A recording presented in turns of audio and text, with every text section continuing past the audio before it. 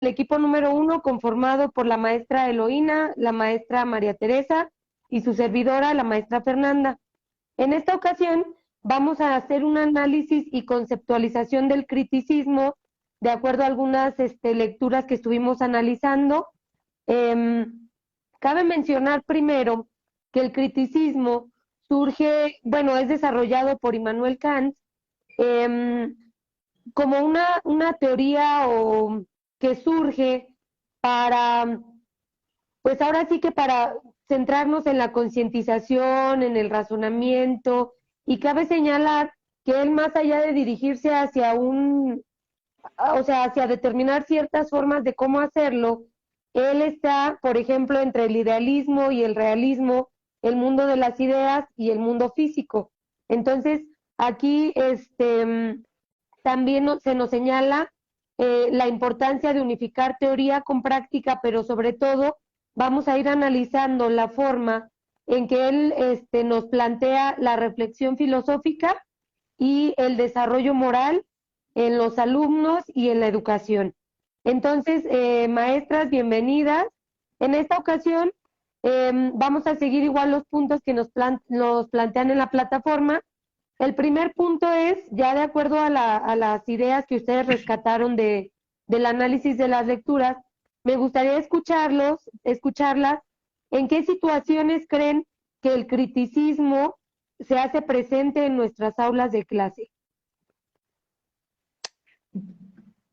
Bueno, yo considero que, bueno, desde que nosotros, en la forma en la que fuimos educados, en la forma en la que nosotros, los valores que traemos inmersos, en la forma en la que nosotros comprendemos planes y programas, creemos que en base a todos esos factores vamos a poder desarrollar nuestra práctica dentro del aula.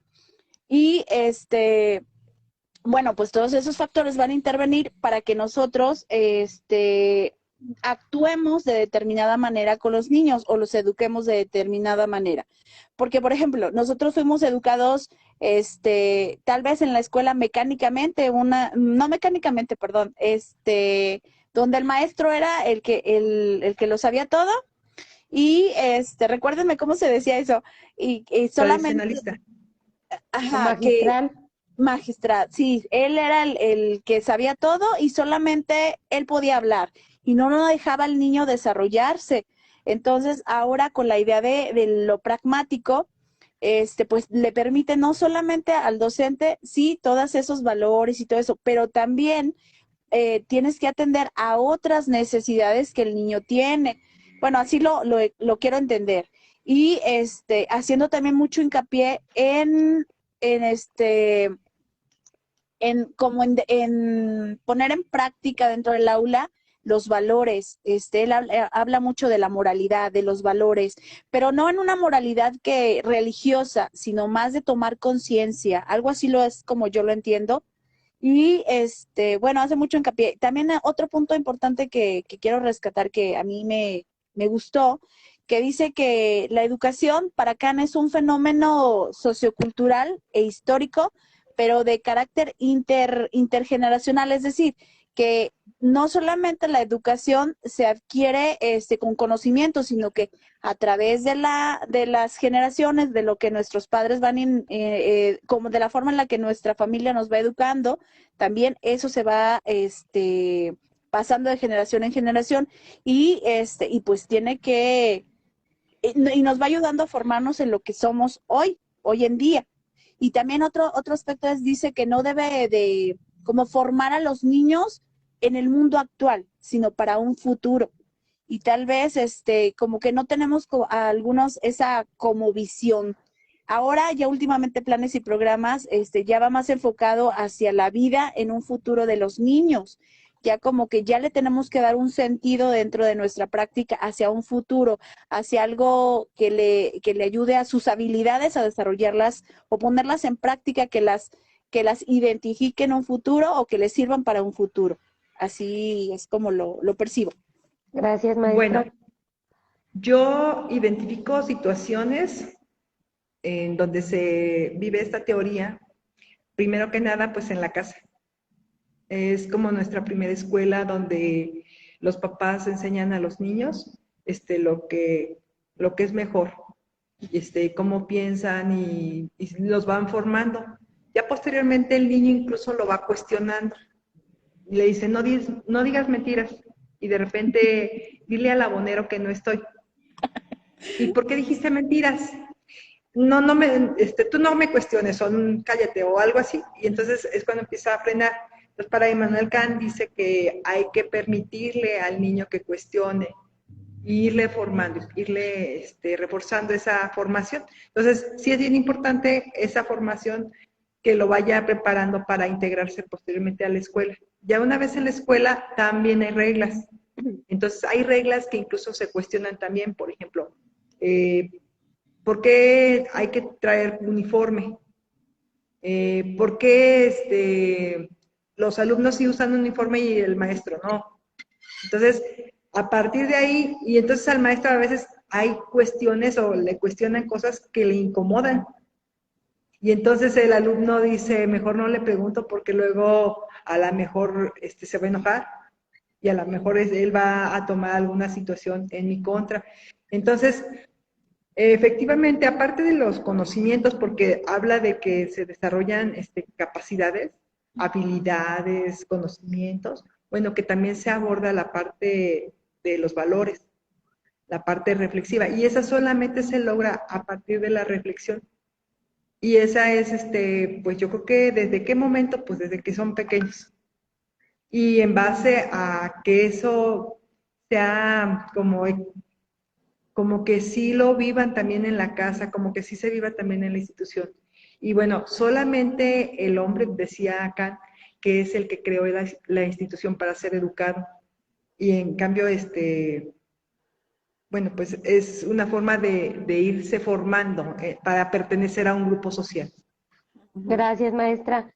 Sí, yo igual lo veía presente en el aula de clases por la reflexión y la moralidad, porque yo entendí la moralidad como la libertad que se tiene de actuar, pero ya sin la necesidad de que te estén señalando, cumple esta regla o hace esto para estar bien con, no sé, con tus compañeros, o hace esto para cuidar el entorno, sino que el alumno a través de la reflexión que él realice de los aprendizajes, ya mencionaban ustedes, de las normas, va a lograr comenzar a regular su conducta para el bienestar social. Ya él va a ir identificando qué es bien, qué es mal, pero a través de una reflexión y no como mera reproducción.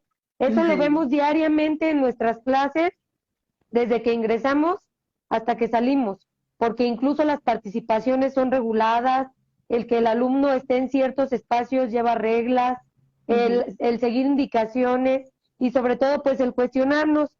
Yo ahorita en mi aula estamos trabajando lo que son las características de los seres vivos, ahorita que las escuchaba fue lo que identifiqué. Estamos trabajando las características de los seres vivos y más allá, Immanuel Kant nos decía que el conocimiento debe venir de la experiencia. Entonces, ¿qué estoy haciendo yo en mi aula? Más allá de que los alumnos identifiquen que un ser vivo tiene características como el nacimiento, el crecimiento, alimentación, reproducción, si puede morir, yo los estoy llevando a la experimentación. Por ejemplo, les hice la pregunta, ¿ustedes creen que las plantas son seres vivos? Pues sí o no, ¿por qué? Entonces, desde ahí ya estamos en la reflexión. ¿Por qué? Ahora, yo estoy utilizando, él mencionaba acá la investigación, yo lo estoy haciendo por medio de la experimentación, donde los alumnos hemos realizado experimentos donde pueden analizar cómo se alimentan las plantas, por ejemplo, se pintó porque absorbió un colorante o no sé, o está respirando porque lo vimos a través de este experimento, así y así. Entonces, considero que ese conocimiento viene de una experiencia y posteriormente lo pasamos a la moralidad porque concluimos en el sentido de que, las plantas tienen vida, ok, entonces, ¿por qué tengo que cuidar mi entorno? O sea, ¿por qué no tengo que tirar basura? ¿O por qué tenemos que regar las plantas o no arrancarlas? Entonces siento que la moralidad entra en ese sentido, en el decir, voy a cuidar mi entorno porque no solamente soy yo ser social, sino pues que también hay otras personas, otros seres vivos, incluso pues la naturaleza, ¿verdad? Del medio. O la bomba atómica. Ok, tal vez fue un buen descubrimiento, pero realmente ha ayudado al desarrollo social. Yo creo que ahí también entraría la moralidad, de qué manera estamos usando el conocimiento, para bien o para mal. ¿Sí? Entonces, Este, sí, Fer, más bien es el ideal, no es que un niño solamente acumule conocimientos y así lo es. enseñen a desarrollar habilidades, sino que sepa dónde aplicar eso que aprendió, sepa qué actitudes, qué destrezas, qué valores le van a servir y eso se le queda para toda la vida y aplica para todas las situaciones que se le Así vayan es. a presentar. Sí, como el tener la conciencia, ¿verdad? Ujú. Bueno, entonces vamos a pasar a las siguientes preguntas. La siguiente pregunta nos señala qué tipo de alumno forma esta teoría del criticismo. Yo lo que pude identificar es que efectivamente nos señala que la prioridad de esta teoría es formar alumnos o seres autónomos, a los que ya no tengamos que estarles señalando qué hacer, sino que ellos aprendan a razonar, a interiorizar, experimentar y, como ya decían ustedes, aprender a utilizar ese conocimiento ya sin tener la autoridad del docente que le esté señalando qué está bien, qué está mal, o cómo voy a aprender, o para qué me sirve esto. Adelante ustedes. Fíjate que sí, ahorita Bueno, mira, que, perdón, maestra, adelante. bueno, mira, efectivamente el niño no debe de ser o el joven no debe de ser un depósito de conocimientos, porque aquí lo que le tenemos que enseñar a ese niño o ese joven, sobre todo cuando todavía está en esa parte o en esa etapa de la formación, es enseñarle para qué le va a servir. Entonces, ¿en qué momento, qué tipo de alumno forma la teoría? Pues yo creo que desde que es pequeño hasta que él continúa aplicando lo aprendido. O sea, todo el tiempo está en continuo aprendizaje y está relacionando lo que aprende con la formación que él lleva, con sus valores, con sus actitudes, con su, con su manera de ver, a partir de lo que él acepta. Porque le pueden decir es malo, entonces hasta que él lo acepta que es malo, lo va a entender o hasta que él acepta que es bueno, lo entiende y entonces ya lo aplica. O incluso que lo experimente, maestra. Yo creo que por eso mucho el hilo de idea y experiencia. Uh-huh. Fíjate que ahorita que las escuchaba, yo lo identificaba con el nuevo plan que habla sobre pues que los niños van a aprender de diferente manera. O sea, que no todos van a aprender de igual forma.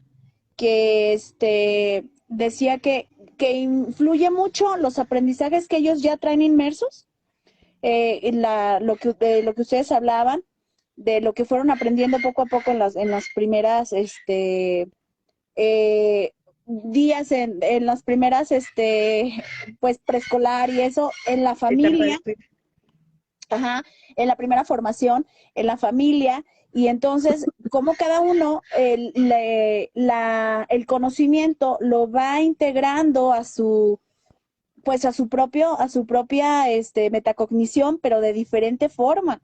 Y entonces lo va relacionando y al final de cuentas, como también influye mucho sus entornos, su significado de aprendizaje va a ser muy diferente y lo va a poder aplicar de diferente manera. Me llama también a mí mucho la atención que esta teoría dice que la educación va muy enfocada hacia la política, hacia las leyes, más que ni a otras artes o otras más bien disciplinas, porque dice que para Kant es un arte el educar. Y bueno, eh, otra cosa que les quería decir bueno, por ejemplo, Fer, tú hablabas de la autonomía, ¿sí? Precisamente al niño le permite esa libertad, esa toma de conciencia, de poder comprender qué es lo bueno, qué es lo malo, pero no con el sentido de que, ay, voy a tener una consecuencia, va a haber una represalia, sino más bien va más enfocado hacia tomar conciencia de que si hago esto, pues obvio va a haber, sí, algo negativo, pero más que negativo va a ser en contra de mí mismo, de mi propio formación. Bueno, así lo entiendo. Y incluso ahorita, maestra Tere, ahorita que la escucho, la palabra libertad también la señala mucho Immanuel Kant. Aquí tengo yo una cita que nos dice que la educación pragmática va a ser, hace referencia al sentido moral como una relación entre voluntad, deber y libertad. ¿Qué quiere decir? Que así como la maestra Eloína decía, tal vez si hay un deber, tengo que hacer esto, o se supone que tengo que actuar de esa forma, está el deber, pero también tengo la libertad de actuar como a mí pues me plazca o yo considere o para mí sea importante. Pero en cuanto a libertad nos señalaban que no es hacer lo que yo quiera, sino que dentro de esa libertad cuidar de mi persona y también cuidar de los demás. Entonces yo creo que si dentro de esa autonomía favorecemos también la libertad de nuestros alumnos, yo creo, pero dentro de estos dos aspectos, creo que estaríamos formando, pues nuestra sociedad sería muy diferente, ¿verdad? Claro. Bueno, y también habla Candel de que todo es perfectible. Entonces hablabas hace un momentito, Fer, que se le permite experimentar y se vale tener errores, porque de ahí es donde más aprende, a partir de la reflexión de lo que hizo mal, para corregirlo en la siguiente vez que le toque enfrentar una situación similar. Entonces, realmente el progreso que se tiene en una sociedad o cuando ya digamos que va desarrollándose una sociedad es porque atrás de tuvo algunas situaciones donde se equivocó y ahora las empieza a corregir. Entonces, partimos de errores que se pueden ir corrigiendo y que te razonan cómo mejorar. Entonces lo concluimos como esta teoría pretende formar un alumno autónomo, libre y, ¿cómo dijo? Que sea Miras al perfectible, que se le perfectible, permita. en miras al perfeccionamiento, ¿verdad? Muy bien. Vamos a pasar a la siguiente pregunta, que es, ¿a qué tipo de trabajo aspira un alumno formado bajo esta teoría? ¿Qué sería? ¿Un obrero, un gerente ejecutivo, directivo?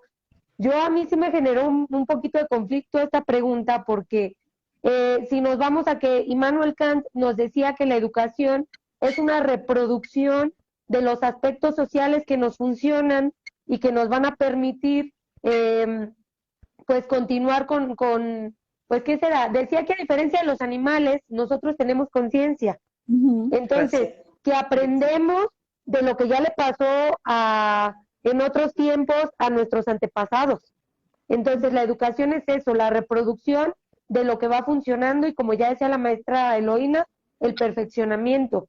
Entonces, yo dentro de esa idea decía, ok, si como maestros no sé desarrollar bien esto de la educación, la reproducción, el perfeccionamiento, yo voy a formar obreros que solamente estén pasivos, atentos a indicaciones, que solamente reproduzcan lo que se les pide.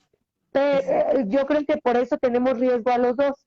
Pero si como docente abro esos espacios de experimentación, diálogo, reflexión, crítica, perfeccionamiento, pues yo creo que incluso se pueden formar grandes directivos que orienten hacia dónde avanzar. Fueron como las dos ideas que yo tengo, pero igual se puede enriquecer. Sí, yo también coincido contigo, Fer. Se estarían formando obreros si no les permitimos, o sea, si no vivimos esta teoría. Y cuando se empieza a vivir en el aula, los alumnos que vamos a formar van a adquirir cierto desarrollo y eso se va a reflejar en una mejor sociedad, en una sociedad con desarrollo en todos los aspectos sociales, económicos, políticos, de donde hay igualdad, donde hay derechos. Bueno, yo creo que esa es la finalidad de la teoría de Immanuel Kant. Ahorita que las escucho me resulta, se me hizo interesante pues lo que comentan y yo lo relacionaba también con que pues planes y programas va muy enfocado hacia el trabajo colaborativo. Y el trabajo colaborativo para mí nos lleva como a convivir con el otro, con la sociedad. Yo sí lo enfocaba más hacia lo laboral, hacia la parte más obrera. Pero cuando él habla del razonamiento, de la moralidad y ustedes del perfeccionamiento, y decía que la educación es muy importante, pues, dentro de una sociedad. Yo ahí ya, yo ya le doy un giro más allá y digo, no, pues, si se utilizan todos esos elementos dentro de la educación, pues lo que voy a formar son, a personas profesionales, a médicos, a doctores, a maestrantes, no sé, a personas muy cultas, pero no tanto en cultura de formación, sino más como personas, sí, cultas, pero conscientes, formadas éticamente, o sea, en donde la educación o el trabajo que yo realice lo voy a trabajar de manera más ético, más consciente, en beneficio no solamente mío, sino del bien común. Así es como yo lo percibo un poquito. Muy Pero bien, sí, yo creo entonces coincidimos que lo todas. mejor, sí, que lo mejor es que estamos formando, que queremos formar, pues, niños y niñas o jóvenes, pero ya profesionales, pues, así que manejen empresas, grandes personas, igual que nosotros. Sí. Muy bien. Vamos a pasar entonces a al último cuestionamiento, que es concluir sobre los beneficios y limitaciones de esta teoría en el aula.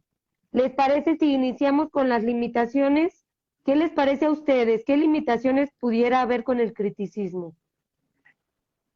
Por ejemplo, con el docente, tiene que estar más Mm, preparado. Definitivamente tendría que ser más abierto, permitirle más la reflexión al alumno, incluso a veces hasta estar abierto a pensar de manera diferente, a, sí, a Sí. aceptar los pensamientos de otras personas. Esas son las limitantes que encuentro que a lo mejor va en contra a lo mejor de mi formación y de mis valores que he recibido en casa. Pero como es una teoría que permite la reflexión, entonces yo también tengo que estar abierto a esa parte. yo, por ejemplo, identificaba, allá usted menciona algunas, también que pues el, el ver la educación como una reproducción nos pudiera llevar a trabajar únicamente con las formas imperantes, lo que para la sociedad es bueno o lo que a nosotros, como ya menciona la maestra, ha sido bueno o es aceptado hasta ahorita. Yo creo que nos pudiera llevar a reproducir eso, o a basarnos simplemente en la reproducción. A mí me enseñaron así, este es el conocimiento y nada más ir reproduciendo. Yo creo que pudiera ser esa una limitante si no se está muy atento a cómo se desarrollan las clases. Ajá, exacto. Yo también ahorita estaba pensando en si dentro de nuestra práctica no hacemos como ese reto cognitivo, si no les lanzamos esas preguntas que le hacen cuestionar, o que dentro de ya decías tú, maestra Fer, del conocimiento por descubrimiento, si no le permitimos que experimente, pues obvio va a ser una limitante, no le vamos a permitir que él identifique, me sirvió, no me sirvió, qué puede ocasionar, ese razonamiento, ese conocimiento más allá. Y Mira, es también, que en perdón, esta teoría no se niega ni se desconoce que el hombre puede tener acceso a la verdad y al conocimiento. Más sin embargo, es importante evaluar qué tanto me conviene eso que aprendí, qué me falta adquirir más para mejorar ese conocimiento, cómo yo puedo reproducírselo a otra persona de una mejor manera. Entonces es como la evaluación de lo que aprendimos a lo que yo quiero aceptar, ¿no? Sí. Y entonces ahora sí podemos pasar a la limitación, a los beneficios, perdón. ¿Qué beneficios encontramos al utilizar esta teoría en el aula? Yo creo que Bueno, el aprendizaje significativo, ¿no? Que ya lo que aprendiste se te queda para toda la vida. sí, y que ese conocimiento lo puedes trascender más allá, o sea, que te va a ser te va a servir para toda la vida. Lo vas a poner en práctica, esa habilidad la vas a desarrollar, sí, en determinado momento y lo vas a relacionar y vas a saber actuar ante determinada situación. Otro beneficio que yo le veo es cambiarlo como la conciencia. Ahorita decimos que la educación o hay mucha pérdida de valores, pero si nosotros retomamos esta teoría de Kant, creo que va a ser muy interesante o nos va a permitir crear mejores seres humanos, más conscientes, el cuidado del planeta, el cuidado de sí mismo, ya lo decías tú a través del tema que están desarrollando ahorita tus niños, y así cada determinado momento, por ejemplo, van a poder identificar que no solo mi osito es importante, sino que el osito del otro también es importante pues para que el mundo fluya, para que todo trabaje y estemos todos mejor en la sociedad. Sí, por ejemplo, ahorita que las escucho, yo creo que también, si lo aprendemos a aplicar bien en el aula, él nos señalaba como meta lo que podemos llegar a hacer. Entonces, tener bien fijo yo qué quiero lograr con mis alumnos, cómo me gustaría que fuera la sociedad. Como ya mencionaba yo, la limitante sería reproducir lo ya imperante, Ujú. pero si lo aplico bien, yo creo que pudiéramos desatar como las cadenas que nos limitan y pudiéramos ampliar nuestra percepción, el decir, pues siempre se ha hecho así, pero si yo lo hago así, tal vez funcione. Pero Es, como ya mencionaba, es como conocer más el rol que tienes como docente, como profundizar, porque tú no vas a generar un obrero, tú quieres un alumno que haga cambios, que genere progreso.